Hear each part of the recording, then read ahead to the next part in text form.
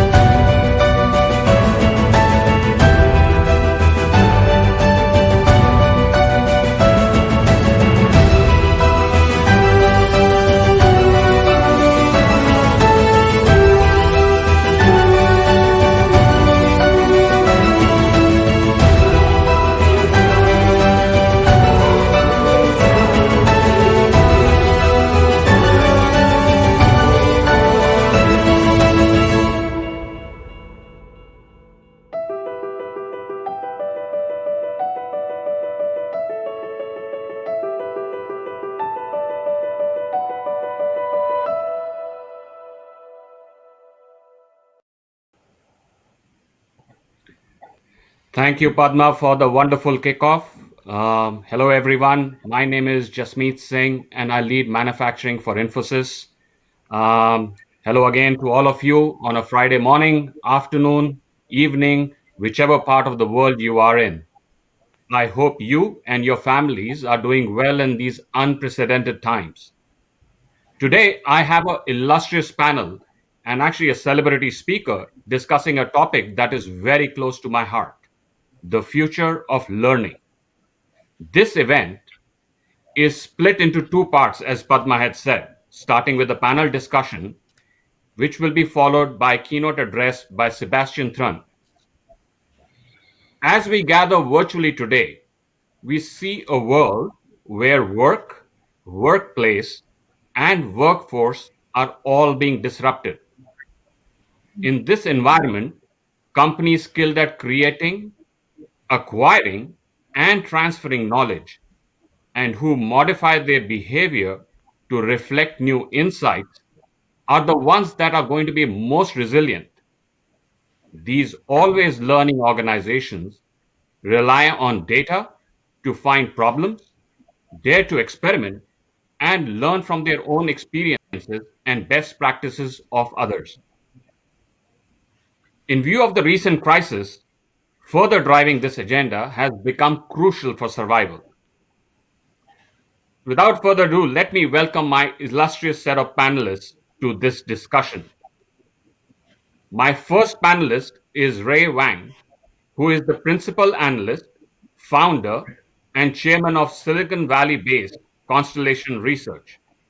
He is widely respected for his industry views and provocative insights. Welcome to the panel, Ray. Hey, thanks a lot. Thanks for having me. Sure. My second panelist is Daniela Proust. She's the head of Global Learning Campus at Siemens. She has been leading the learning transformation of Siemens and driving a shift to innovative digital learning journeys in the future. I'm so delighted to welcome you to the panel as well, Daniela. Hello, everyone. Thank you very much for having me. Thank you. My third panelist is Teresa Martin Retortillo. She is the executive president of exponential learning at IE University, which is ranked number one in online MBA globally. Teresa brings a rich experience in enterprise consulting and also academia. Welcome aboard, Teresa. A pleasure to be here. Thank you for having me. Thank you. And my fourth panelist is Thirumala Arohoi. We call him Thiru. He is vice president and head of education, training, and assessment, and of course, our learning platform, Wingspan, at Infosys. Thiru has been leading efforts for transforming learning not only within Infosys, but also with our clients. Welcome to the panel, Thiru. Hi, Jasmeet. Thanks for having me. Great to be here. Sure.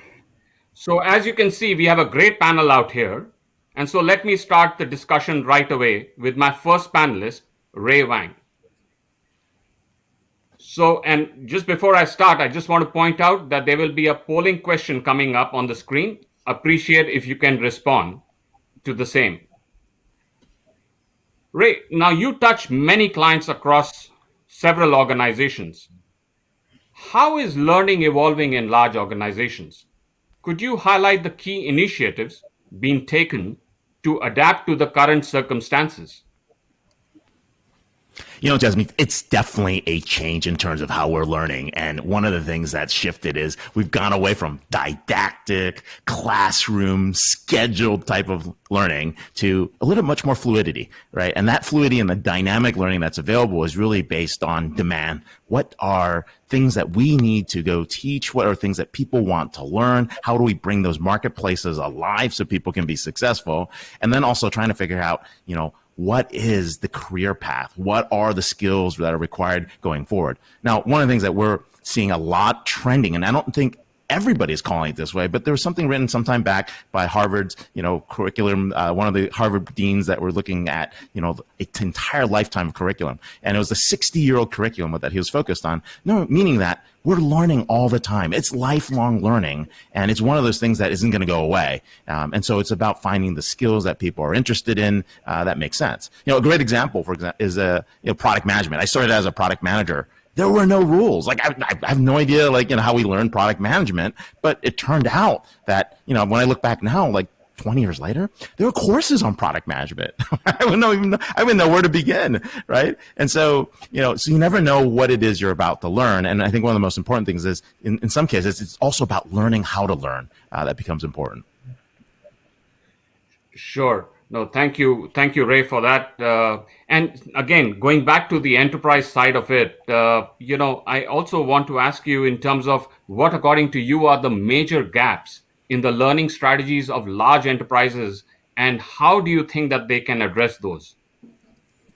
Yeah, and as some of you saw in the polling questions, a lot of this stuff is really trying to figure out how we can actually make time for people to learn on their pace, on their, in their environment, in the modality that makes sense for them. That's one of the big areas is setting up that time to learn. And that starts by thinking about the career path that you want to go, the career trajectory, helping people coach them through, those opportunities, figuring out what skills might be important. Maybe, hey, it's time to figure out Angular and Swift, and that's something you've always wanted to do, but you never made time for it. How can we help you do that? Or maybe you're trying to do and improve your diversity and inclusion training, and that's something that you've never had a chance to do, and it's part of your leadership package. Right. So it's helping people identify those opportunities for them to do that. And then, of course, it's also creating that interaction environment that reinforces that spirit of learning. I think a lot of times inside organizations, we're just so heads down, we don't have time to think, and organizations are starting to realize that.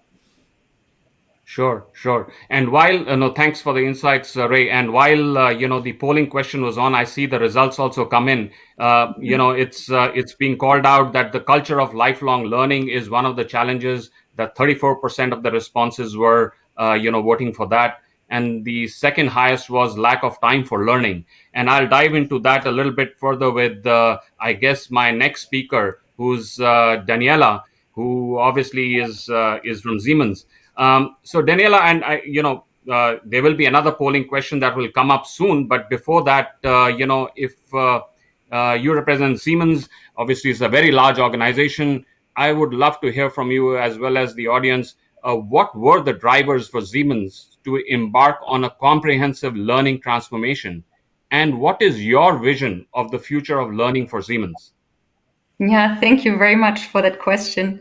So just to give a bit of context, Siemens indeed is quite big. So we have around 380,000 employees all around the world.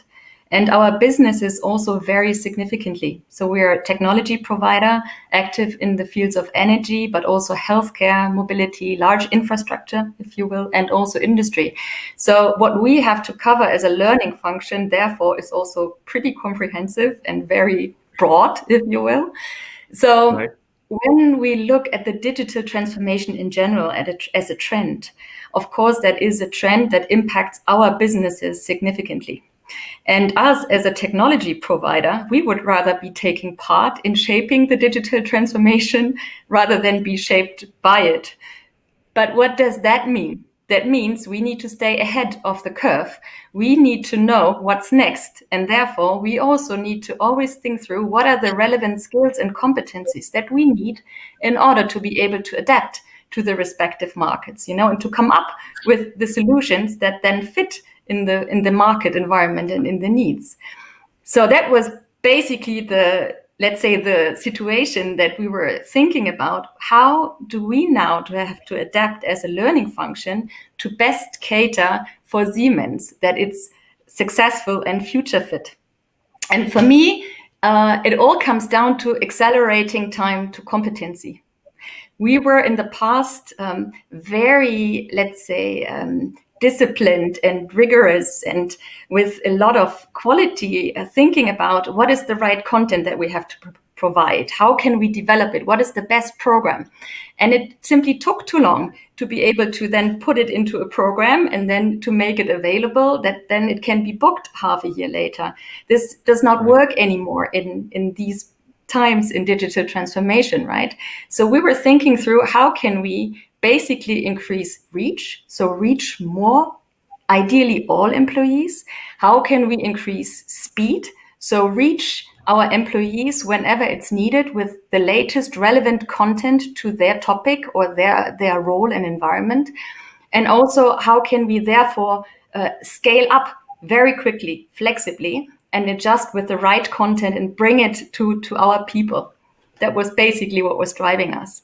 And when you ask me about the picture of the future for learning, I see a trend that we also see for our businesses. So what we are developing is we are building a learning ecosystem for Siemens. So we have a strategy that we have a business ecosystem strategy with a strong technology at the center. But it basically means that we are looking at the best partners for different content topics, that we can plug in the relevant content topics and make it available, be it internal partners or external partners in various formats, from e-learning to virtual learning to classroom, all of that being found at one place, our learning platform, which is called My Learning World at Siemens. Yeah, no, wonderful. No, again, thanks so much, and it's great to be working with you on this journey. It's indeed exciting. I wanted to kind of touch upon two things that came out in the polling question, and actually both the polling questions. One, when Ray was talking, one of the things that came out was as a challenge was the culture of training, right? Culture of learning. And by the way, in your environment, I know it's not necessarily only about digital, it's across the entire enterprise, any kind of learning. So I would love for you to comment a little bit about the culture as and how you're changing that. And at the same time, the next polling question actually had no surprises. It talked about content and quality, which is something that you touched upon. And there is always a debate, content versus the experience. And I would love for you to weigh on that aspect as well. And feel free to, I guess, Teresa as well as Thiru to jump in and, participate also in the conversation. Yeah, thank you. So learning culture for us is a fundamental topic. So what we think is we put the learner at the center of everything we do. It's all about creating the best employee experience that we can create, and that consists of many different items. It consists of relevant content in high quality, different formats, personalized, available. It contains of the experience, how then the quality of the content really is. It's about community engagement, getting in contact with people, exchanging about what you have learned, and also to have coaching elements, mentoring included, that you can exchange on, as Ray was saying, how you do along your career journey. So I think the learning culture is changing significantly, fundamentally. And we were asking ourselves on how we can influence mindset and behavior to become a learning organization in the digital age. Or you can also look at it differently if you want to. I think learning culture is a topic, but learning is also a topic that changes the overall company culture, if you will, not only the learning culture. Right? So if you bring innovative learning experiences to the learners, it does something to the enabling environment, to the work environment. So it's a fundamental lever to change the overall company culture.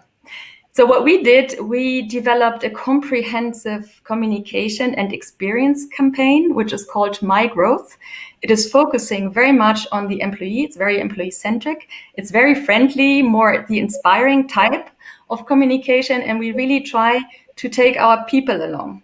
Because we did about a year ago a survey, and also what we see here, we asked our people, what are you experiencing? What do you think? Where do we stand in terms of learning?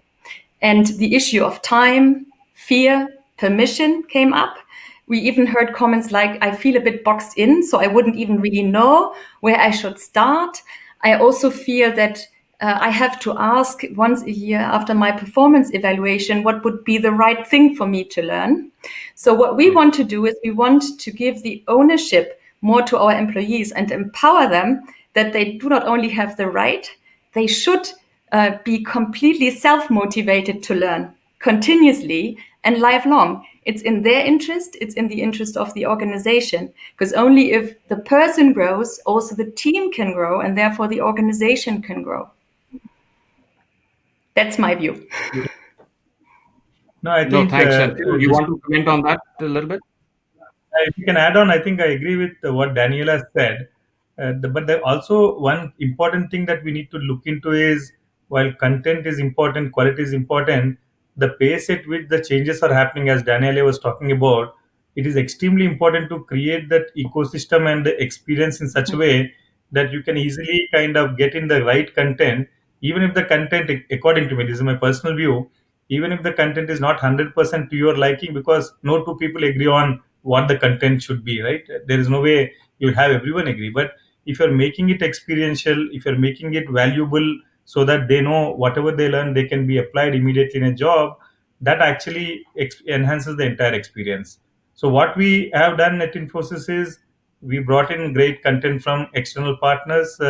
We have content internally, but we also made it bite sized in such a way that what people like, what people want, they can just pick that only that part, and then other parts can be enhanced because the other learners can contribute to that particular learning.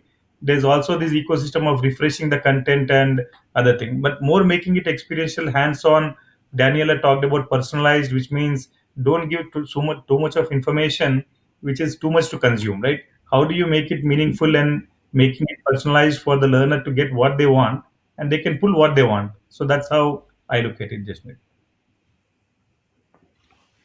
Sure. Teresa, from your side, I guess you do this for a living full time. But any thoughts on what Daniela and Thiru talked about? I guess it's the entire package. And one of the things when we were discussing earlier was also around the sense of achievement, which in your case, students, in Siemens' case, employees, and also in Infosys's case. What are you seeing as you look at your curriculum and your students? So one of the things that I think really resonated of all the comments that have been made is the sort of a couple of things. One is the culture of learning as an overall wrap to getting people to actually drive their own careers.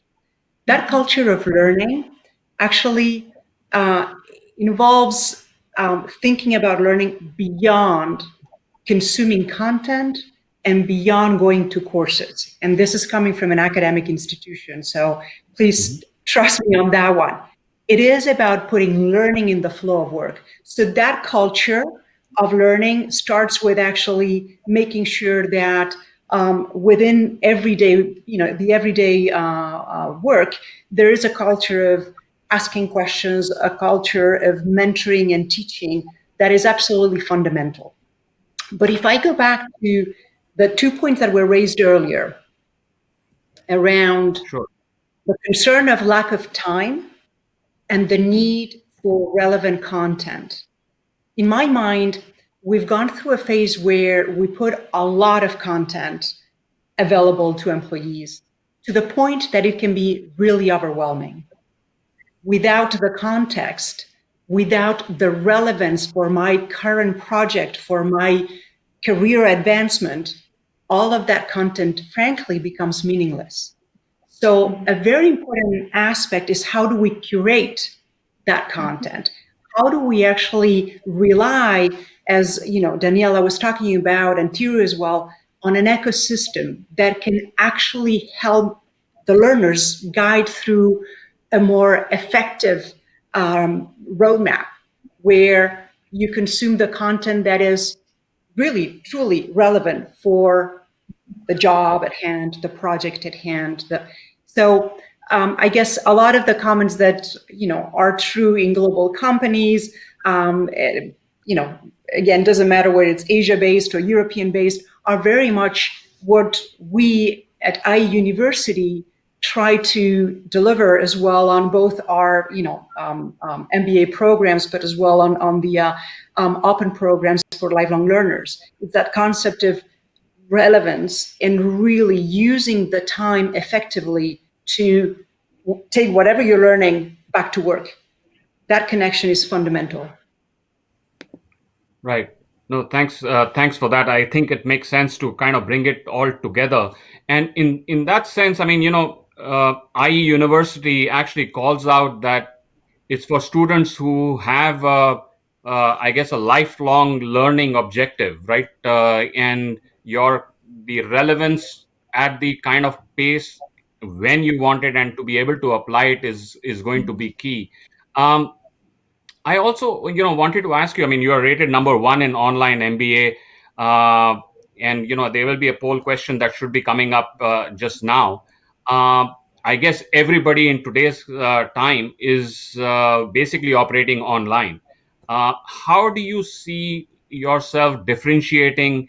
And because I think how you're going to be approaching that is also going to be insightful for many companies and other organizations to actually navigate that journey going forward.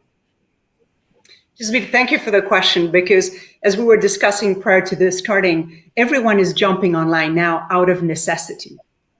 It turns out that for the most part, what they're saying is not necessarily the best online learning. It is what needs to happen to make sure that classes continue.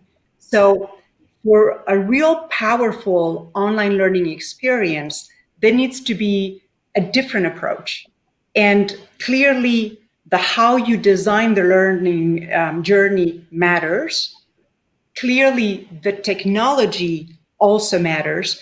But as in any digital transformation, it is not only about the tools.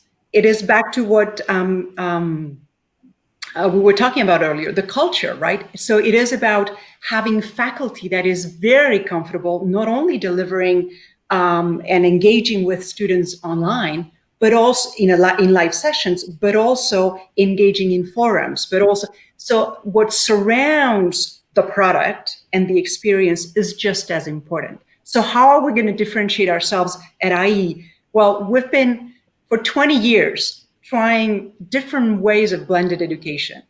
For sure, we've made our fair share of mistakes, no question about that. But what is true is that we've developed a culture. We have faculty who is actually extremely comfortable trying new technologies. We work in a totally open ecosystem.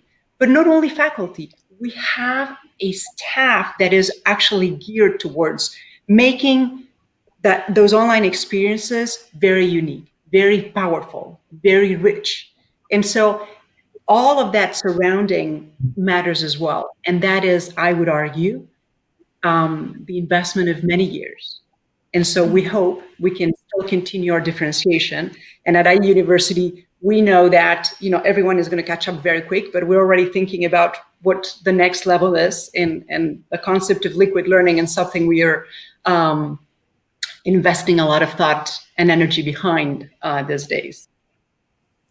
I would like to add one comment on the culture topic, because reflecting on what we heard from our employees, I was talking about the problem of lack of time, and also, am I allowed to, or do I have to be careful that somebody is watching and thinking I'm not working? We also heard a lot of enthusiasm and excitement and curiosity.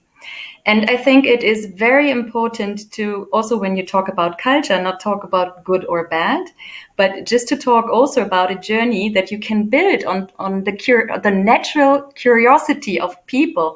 People usually want to develop, they want to learn, they want to try out new things.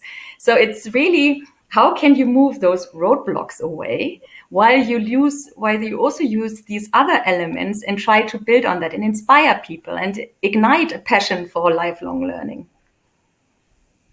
Yeah, I would add to that. I mean, one of the most interesting things you can do is, take the top courses in Udacity to figure out what's hot, right? And use that to reverse engineer what people want to do. And you can bring all that together, and it's pretty wild, right? So because you suddenly discover, oh, I didn't know people were interested in this, and then test that inside your organizations. And a lot of people are doing that. So.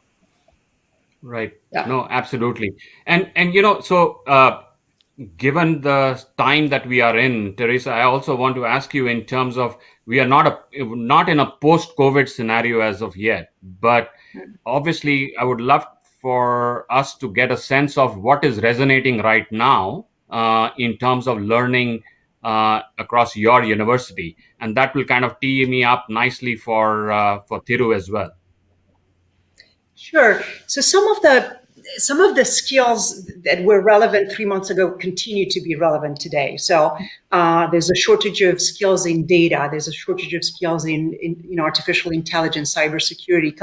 I mean, no question, that hasn't changed in 3 months. And if I could venture a forecast, I think that would still be relevant this coming decade. The capabilities, the softer capabilities around critical thinking and communicating and creating solutions to problems continue to be relevant. Now, right. The thing that we're seeing uniquely coming up as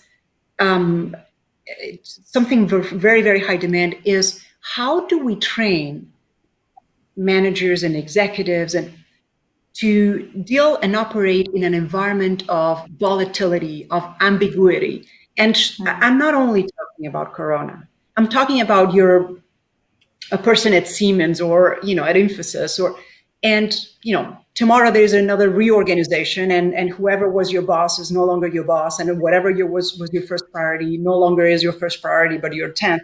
And in that, we see organizations constantly grappling with this need to change and evolve, and frankly, creating an environment where still in that change people can operate and deliver the results they're expected is increasingly important. And so we're putting a lot of thought around, how do we equip people to actually operate and still deliver in ambiguous environments? And how do we find the right balance between the technical skills, but also the softer skills to be able to continue making progress? So that's, frankly, in this post-COVID area, very, very high on the list of things we need to teach people. Sure. No, thanks. Thanks, Teresa, for that. And so let me go to Thiru. Thiru, because, we have been working on the concept of a live enterprise. And, obviously we got I would say, thrown into this kind of a situation at a moment's notice, so as to speak, and talk about ambiguity. But could you touch upon, in the post-COVID or in this environment that we are in, how has learning changed? And you lead, Infosys is a 200,000 plus organization. You're responsible for training at scale and also helping clients.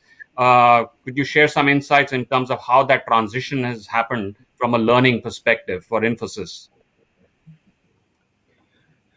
Absolutely, Jasmeet. You talked about live enterprise. I think becoming a live enterprise, I feel, is a very critical element, especially for all companies, no matter whether it is enterprises or even universities, right? So, what we have been doing in the last 2 years, to be frank, no one expected or no one anticipated a COVID like scenario. But what happened, if you look at the journey that we have been taking last 2 years, is we wanted to get into a mindset of anytime, anywhere kind of a culture of learning, which basically means no matter whether you are in a physical space, no matter whether you are at your home, how do you seamlessly switch context where you can do same learning while you are in the campus in a classroom, or if you're not able to do that, can you kind of seamlessly connect and learn from your home? So all the investments Infosys has made in the last 2 years was towards that, where even when we are training 10,000 trainees in Mysore, which is like a corporate university, even there, the students or the trainees, they used to learn on the platform. The educators used to engage them on the platform. So what is happening is you are teaching the teachers as well to kind of adapt to the new digital technologies. So that was one of the steps that we have taken as a live enterprise to see how do we become intuitive, how do we become responsive to any kind of situation. Now, fast forward to what happened in March when India was in a lockdown state. We had actually 9,000 trainees in the campus. We had to evacuate them. And when we evacuated them, it was just within 3 days. The team did a fabulous job of doing a planning. 3 days, everyone was evacuated. 5 days later, we started resuming the learning on the online platform, engaging the same way we have been doing. The trainees did not see a constraint, although there was some learning in the sense the connectivity was not as proper in remote parts of India. There were some devices issues and things like that. But then that also opened up other kind of learnings like offline learning and everything. So my view is, how do you adapt? How do you kind of survive in this scenario? Is don't box yourselves. And I think Daniel talked about boxed in initially. One kind of boxed in is if you start thinking there is a digital learning, there's a physical learning, there's a physical classroom, there's a digital classroom. If you start boxing in and compartmentalizing it, then you are going to be in a very big problem. Ideally, what we should do is, as a company, Infosys believes that we want to be in a situation where 100% of the employees should be able to seamlessly switch context, whether they are coming to office to work or learning at office, or whether they are at home and continuing it. If you are able to create that balance to switch context from a physical to virtual because you have invested in the digital infrastructure ecosystem, then I feel we have kind of managed it. The other point I want to add is it is important to also bring in element of knowledge management. Right, previous days we used to call knowledge management, which means typically, at least in corporates, when we do learning, we always think about it as an individual learning for individual. Whereas Daniela, I think, was telling that you learn if individual grows, team grows, company grows. So how do you bring the culture of organizational learning into the mix of team learning? You should not make the employees feel that you are learning for yourselves and you are becoming competent for yourselves. You bring in the element of all the organization learning, all the organization way of doing things, and then mix it so that as a learning team, if you are able to promote that aspect, then I believe that no matter what the situation is, we collectively can move forward. No, well said. And again, I know your background very well. I mean, you were actually, and this is going to be a personal question from an experience standpoint. You were leading the delivery function, actually delivering for clients, responsible for that, and then became the head of a fairly large and strategic and important organization within Infosys, the education, training, and assessment organization. I guess that would have involved a significant amount of a change from a learning perspective as well. So I'm going to put you on the spot here, but would love to see how you navigated that change, including what you brought to the table now on the other side, right? No, I think Jasmith, thanks for putting me in the spot, but I like answering this question in general. The reason is whenever organization thinks of culture of learning, culture of one of the things that we always miss is the importance of moving the leadership, moving the management across functions. Right? What happens is again the same concept of boxing in happens. You feel that someone is responsible for learning, someone is responsible for delivering work and everything. So 20 years or 21 years of my life, I was actually consuming what the learning department was providing to us. And when I suddenly moved there, for me, it was quite a bit of learning because I used to have a lot of kind of what you call issues that I felt, why is learning team not doing that and all of that. When I came this side, the learning team talks about why is delivery team not able to think on different scenarios and everything. So how do you make sure that as a part of a ecosystem or the culture of learning as an organization, if you want to do, my belief is you need to move your leaders or you need to your managers across different functions. And when you do that, what happens is the best practices start following. You will start breaking the silos, and that is exactly what happened. And I was truly happy initially, even though I was a reluctant mover into the department. Amazing set of educators we have in ETA, and the way they think, they are passionate to kind of contribute to the company. And we just kind of said how we can kind of mix it up. How do we bring delivery ecosystem into learning? How do we become learning ecosystem into delivery? And my team actually has developed the platform. If you see the learning platform, it is not a delivery team that created, which means if the teacher is telling I am capable to deliver, when people are listening to you, they will actually learn quite comfortably. So if I have to summarize it, I think it's important to shuffle the team. Everyone has to learn, and then everyone has to break the silos to make things happen. Sure. No, that's great, and obviously, you are also helping clients navigate and bring those learnings not only within Infosys but beyond as well. Um, I had the opportunity to look at some of the audience questions that have come in as well, and I think I picked one of the questions. We have talked a lot about actually across all the panelists about boxing in or being boxed in and trying to break that barrier, so as to speak. And I guess organizations have a responsibility as well to actually ensure that is not there. The question, and I'm just going to paraphrase it, is more in terms of how can you ensure that learning and work is all kind of integrated, that you don't make it separate, right? So I would love for some kind of things, maybe starting with you, Ray, if you can kind of give us some tidbits there, and then with Daniela. Yeah, no, it's a great point. I mean, I think, we are all working all the time, and the boundaries between work and life and all the things that are happening with us, that kind of integration is already like being challenged. And so what we have to do is really think about, what do we want to accomplish? How do we want to get there, and make part of that learning, that passion, that pursuit of what you want to accomplish. So, for example, let's say you have aspirations to become a manager in the next 3 years. And you're a technical individual and you're really good at what you do, you want to start learning what those skill sets are. Like, what can I do to become a better leader? Maybe there's some areas that you want to get into new technology that you haven't really been able to get to before because you're so busy working on the current project that you're in. Then it's important to ask your manager and say, look, I'd love to spend more time working on this newer set of technologies. Let's say I want to be a blockchain expert, or I want to be an expert in AI, or I want to be an expert in Wingspan, right? So help me get to that, right? And find that. And so it's the dialogue, it's that taking the time to think about what you want to accomplish and then going out and making that part of that plan. It's not something you cram for. It comes throughout over the period of time, over the years. But more importantly, it's also finding the right set of mentors that can help you guide you to the right path as well. Right.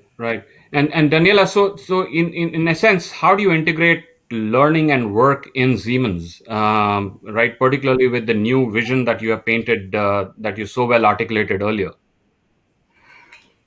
I think that is a simple question and a difficult answer to give, and one that is not just one-sided. So I think technology enables a lot. So because you can modularize content, you can put different formats in, so you can have smaller portions of learning that you can easier fit into your schedule, if you will. I see that more, it's almost like being on on a train station, on a platform, that you can change trains from one to next. You can decide where you hop on, where you hop off. That's a bit how I see the learning going forward. And that is no matter the format. You can also then include some classroom elements for the topics that are relevant to you. So that, I think, there in essence, the flexibility increases massively. But for me, I think as a company or as an organization, you simply have to make learning a priority. And that for me is very much a leadership topic. So you need to give it space, and you need to say that it's really relevant for the company's success. And therefore, it has to come from the top. But at least to my experience, even more important is the middle management, because that is the direct interface to each employee.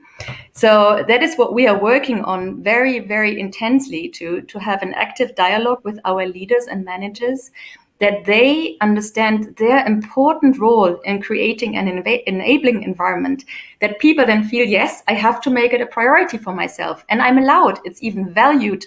I even get some appreciation for it if I do so. So for me, there's not a single answer to that. Yeah, no, it's you rightly put it. It is a simple question, but a very, very complex journey. And I guess learning success will be dependent on that. Thiru, you talked about tidbits, bite-sized chunk of learning. I guess the sense of achievement. So, over to you in terms of how do you make that learning and work kind of integrated and seamless in a way. I think what happens is when you talked about the aspect of delivery and learning, you need to be involved. I think what we try to do is when we do this bite size or whatever, we kind of created something called simulators. What I mean by simulators is like a flight, the pilot kind of learns how to fly without actually flying a plane using a wonderful simulator. How can you create a fail-safe environment where you take the risk and there is a telemetry validating that you are learning but you are also failing, but it's a fail-safe environment. So when you create those fail-safe simulators mimicking the individual work environment of the respective clients that we are working, for example, what happens is the trainees or the learners, when they are learning, they are not learning in isolation. They are actually bringing in a real life case study if it is a banking product. Because if you see, one good thing, Jasmith, is every one of us is so involved in digital ways that you are pretty much in a digital world outside your work. Meaning, you know Right. what a bank does, you know what you want from a bank, you know what you want from a retailer. So what you do is create an environment and ask the employees or ask the learners to try doing things in a fail-safe environment, practicing things what they learn. So what happens is when they basically get out of it, they are actually that much more learning how to do things. And because they already failed and they learned so many times in the simulator, when they come into the practical way of applying, they are that much more ready for the actual work. Oh, Can I jump fantastic. in? No. Yes, please, Teresa. Yeah. So I love the commentary around the fail-safe environment, and I think, frankly, the false, in my mind, trade-off between learning and work.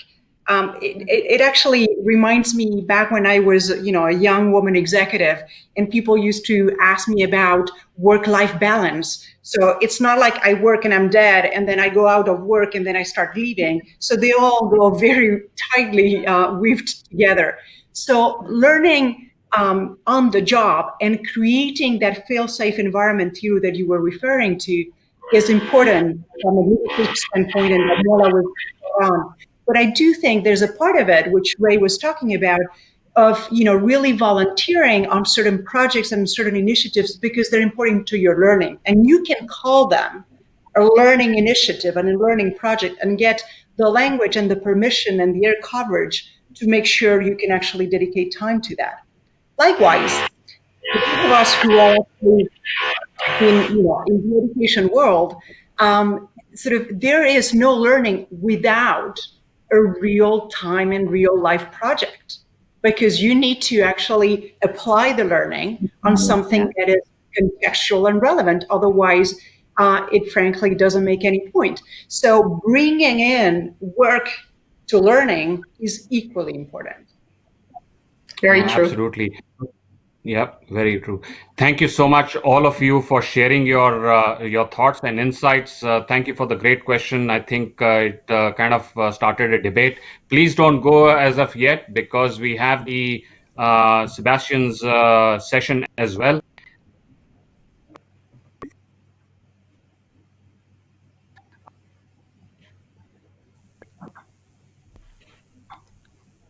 We cannot hear you. I think we're on mute. Okay, He's on mute.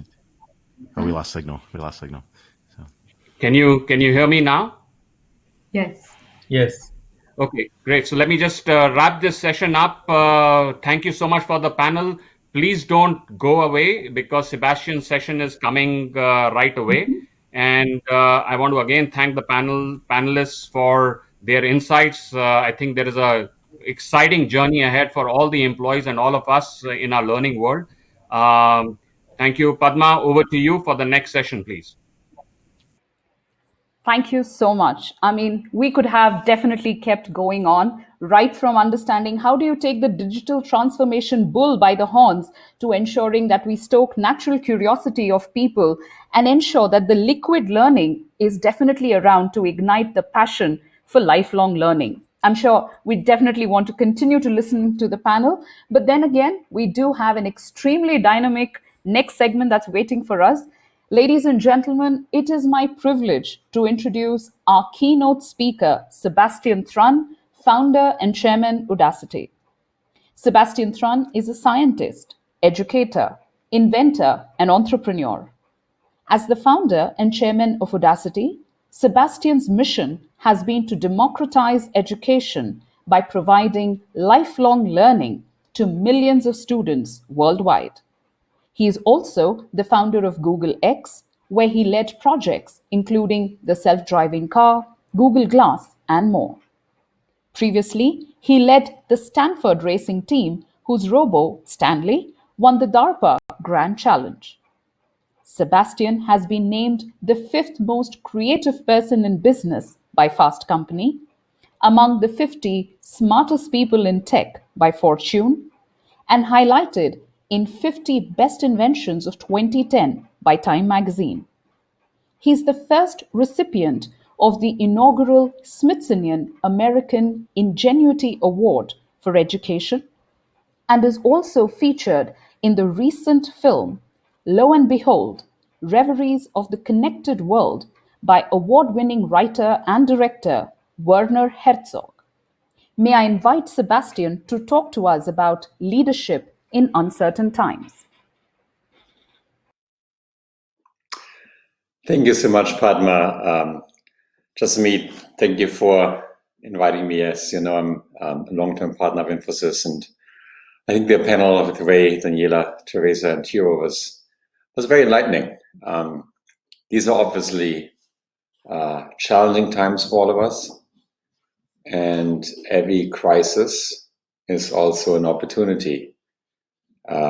Every crisis is an accelerant, which should make things go faster. And those who understand to utilize those moments will in the end emerge as a winner. Now, Udacity was born almost 10 years ago when I took a Stanford class online. At the time, I was a Stanford professor. I was teaching artificial intelligence, which at the time was not hot the way it is today.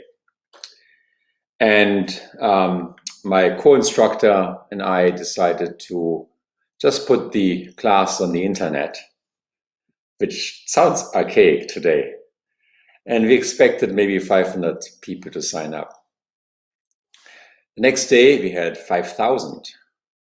On Sunday, 10,000. On Monday morning, 14,000. And there was a time when we realized, wow, there's something going on here. There's something going on that it's just different. Being at Stanford, there's never been a class of 14,000 students. So as the weeks went on, we got to 160,000 students in one class. So some of you here might have actually been in this class. I was interesting. I was teaching, and I probably became the most well-known professor at this moment because I was teaching 160,000 people. And of those 160,000 people, 23,000 finished. I taught the same course on Stanford's campus. So we had two groups of students. The one that were these highly selected Stanford PhD students, the people who believe they're the smartest in the world. And we had 23,000 finishers in the world. And when we stack ranked them, we realized that the best 412 people were outside Stanford. And the best Stanford student, the single best Stanford student, ranked number 413. I contacted many of those students and talked to them and say, who are you? Right? Like, how come you do so insanely well in a Stanford graduate level class and you're not at Stanford? And it turned out there's a huge number of incredibly smart, incredibly motivated people, like many of the listeners here today, who are every bit as smart as a strong Stanford student, but don't quite fit the admissions profile. Often the people I talked to were older. By older, I mean older than 17 or 18, okay, like maybe 25 or 30 or sometimes even 80. They were in circumstances that wouldn't allow them to go on campus. They had jobs, they had families, they were in emergencies. Some of them were single mothers raising children, others were soldiers in the war field. And I just realized there's a thirst for education that goes way beyond college education. Just to put this into perspective, colleges teach basically three types of degrees: bachelor's degree, a master's degree, and a PhD. And those degrees were already invented in the 14th century. They found a document online, 1329, by the University of Vienna that mentions all of them. So there isn't exactly much innovation in education, except for, of course, the members of the panel today, who really push education in a much, much better way. So the question arose, if there's a worldwide thirst for education, why aren't there universities that just operate worldwide? Why doesn't MIT open the doors? Why isn't there a worldwide IIT? Why isn't there a worldwide University of Oxford? Why do these universities close their doors to except for like a few hundred highly talented students? So I actually went around to MIT and Georgia Tech and many universities and asked, look, can we just open the doors for everybody? Like, so everybody has a fair chance. And universities don't like that. Universities want to be exclusive. They have this belief that all learning takes place between age 17 and maybe 24. They completely don't understand that learning is so much more than that. And they're not stepping up. There's one exception. Georgia Tech, together with Udacity, started an online master's degree and made it much, much cheaper. Went from 45,000 to 6,600. And that now is, I think, the largest computer science master's in the United States. I think there's bigger ones in India and places like Iran, but in the US it's the biggest. So the vision came along, let's just democratize education. Let's make it available for everybody in the world. And since Infosys is our host, we immediately started a collaboration with Infosys. Infosys has the largest corporate learning campus in the world in Mysore. It's incredibly impressive. And Infosys and many others, Siemens is a good example, have for decades understood how important training is. In thinking through what this could mean, building a global university effectively, building a global brand, building a global educator, we had two insights. Okay, the first insight was, if we partner with existing universities, we are basically shooting ourselves in the foot. And the reason is universities move very slowly. If you look at the average class at a university, in many ways, the materials, the technologies are often 10 years behind the world. The world moves so fast that many professors just can't keep up. So we felt if you want to be effective as an educator, you should go to the horse's mouth. You should go to the companies and and work with the top tech companies. So we partnered with Google and Facebook and IBM and Amazon and many, many great tech companies in Europe, Mercedes and BMW and many others, to really build education that's bleeding edge. Our belief is anything you train today is probably outdated 3 years later. So you have to keep innovating. And the second insight was that the internet is just different. Okay, so the internet allows for a engagement model that's really different from classrooms. Just picture yourself watching a movie and think about how amazing movies are and how they're being made. When cameras were first invented, the very first movies were literally kind of a taping of a screenplay, where the camera was placed in front of a stage and it recorded the screenplay with the curtains off. These were movies like 100 years ago, 80 years ago. Movies today have special effects, they have animations, they have multiple camera perspectives. They're really great medium. And that evolution from like the initial theater screenplay to a modern action movie, that is what we can do in education. We can make education as engaging as video games. Right? So if you think about what is some of the most engaging online experiences, I would rank video games very high.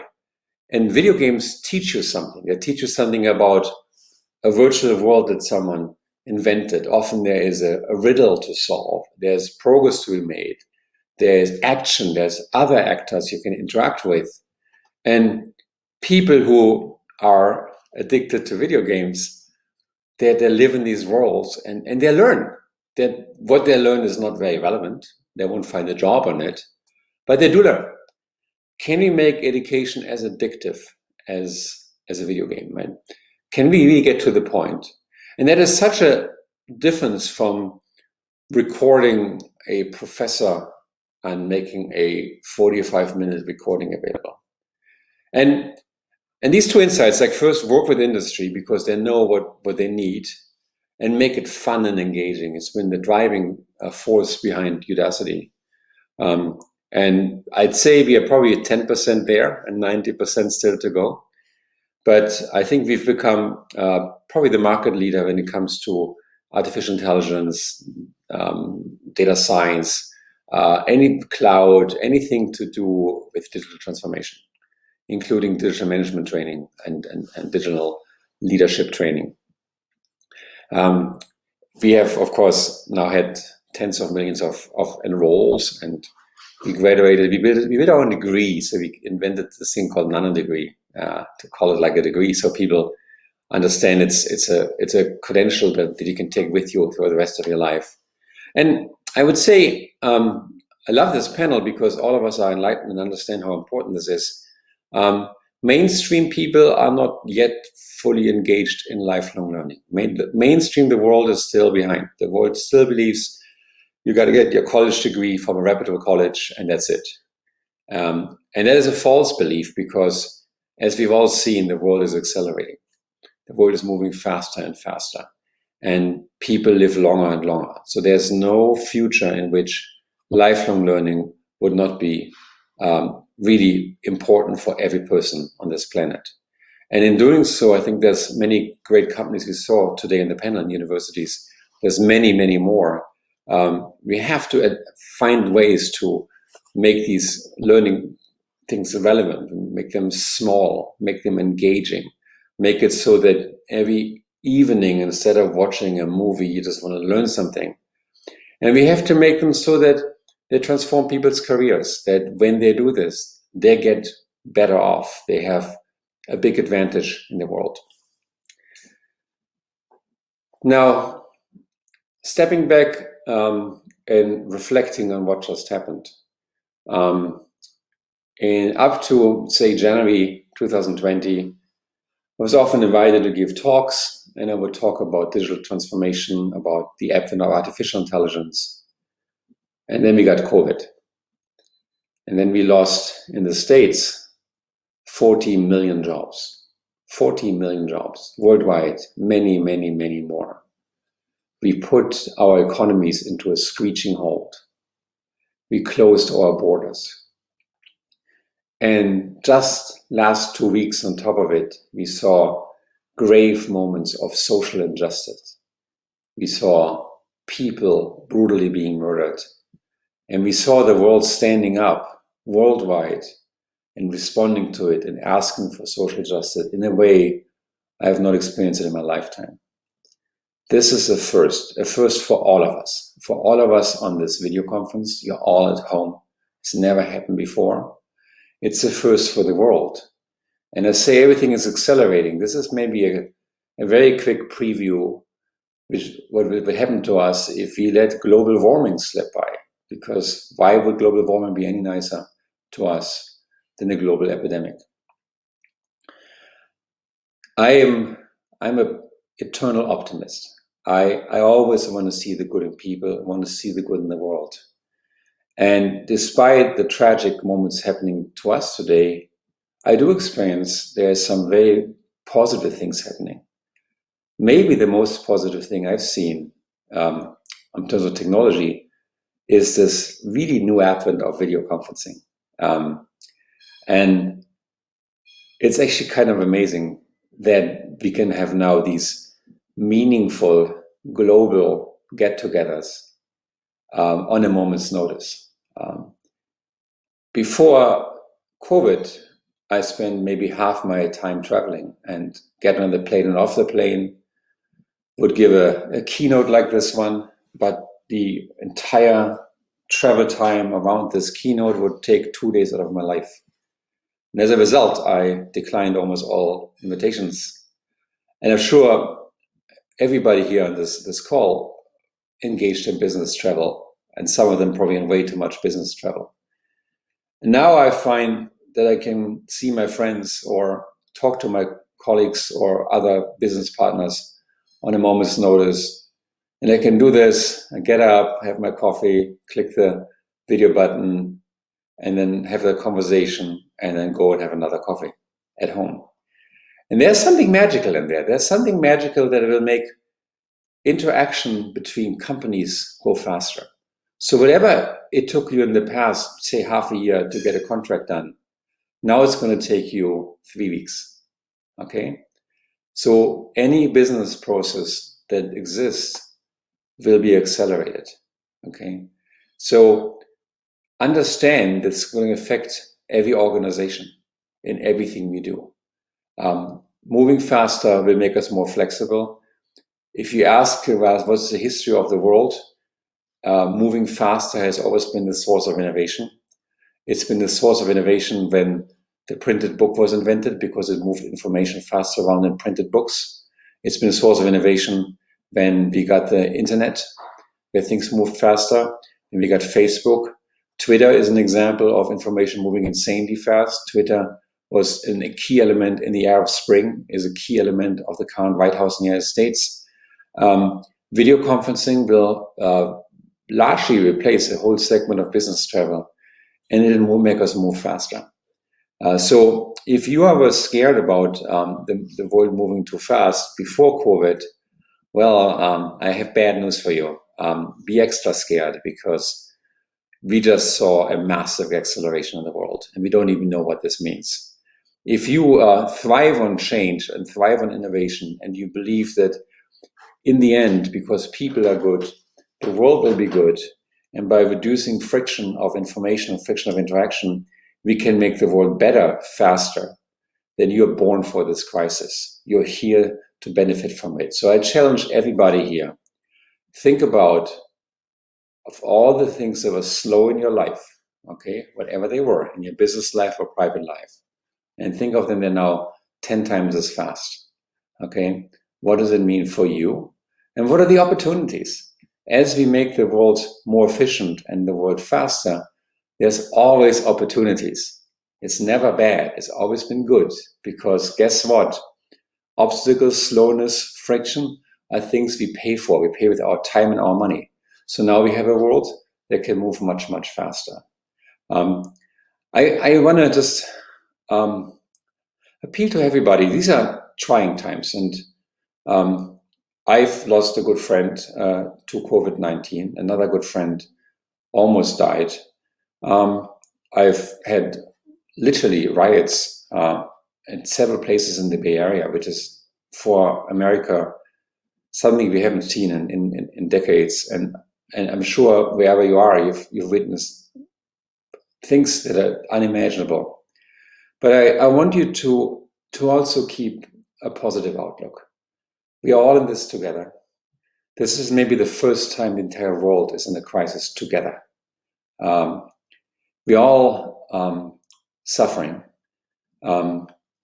People matter the most. These are moments that define us as humanity, that define us, our values. And this crisis will pass, and there will be life after the crisis. And in this new world, there will be new opportunities. And those who see those opportunities and can use them will win. Coming back to education, before I finish, just want to give an update on what happened with education in the crisis. This crisis has, for better or worse, been the golden age for online education.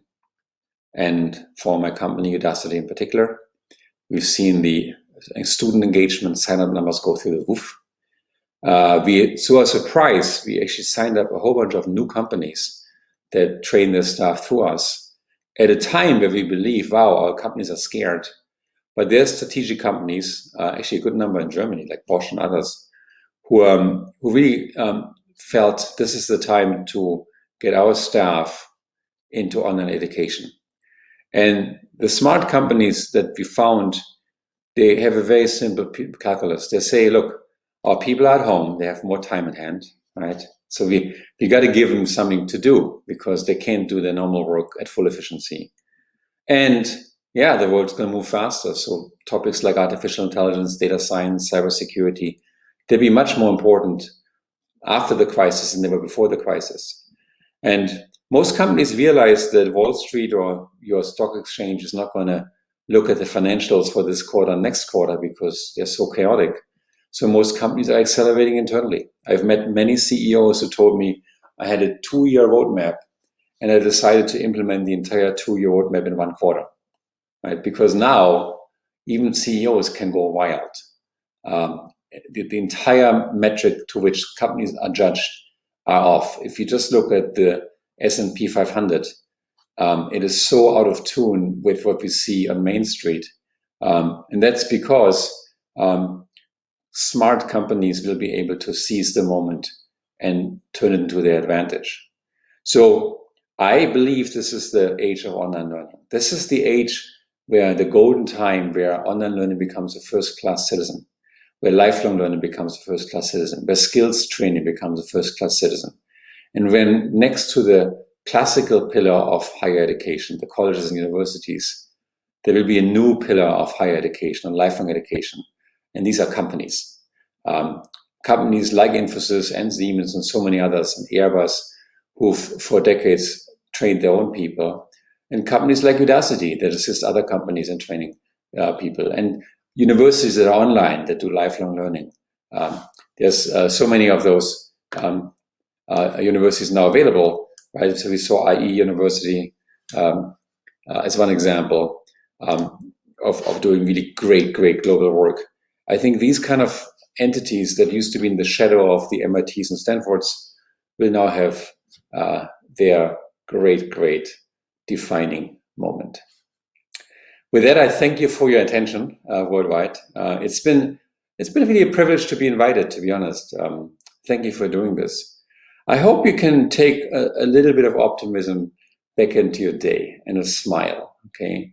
And as you maybe smile and think of me today, and maybe you dedicate a smile to me, think about now that things are faster, where are the opportunities and how can you get there? Because we are all in this together, but the ones who win are the ones who are smart, understand that this is also an opportunity. Thank you. Thank you so much, Sebastian. A very somber yet an entire conversation that has had us all of charged. And of course, I think if we were to take back just a few bits from what we heard from you, It is about thriving on change. It is about a collective optimism. And if I can even add empathy, that's definitely going to see us through. But as we would like to end with a smile and give you more than a set of smiles, I'm sure all the digital natives are speaking through you when you said that you would want to make learning as addictive as video games. So thank you very much for that, Sebastian. You have a lot of digital natives rooting for you always. And definitely, we'd like to invite all the audience to log into infosys.com and access our Future of Learning journal, which we have just launched, titled Infosys Learning Lexicon, which has been created to celebrate all that the future of learning holds for us, both in terms of optimism and opportunities. With that, thank you everybody for being such a wonderful audience today. Stay safe, have a lovely rest of the evening or day, and a restful weekend ahead. Thank you.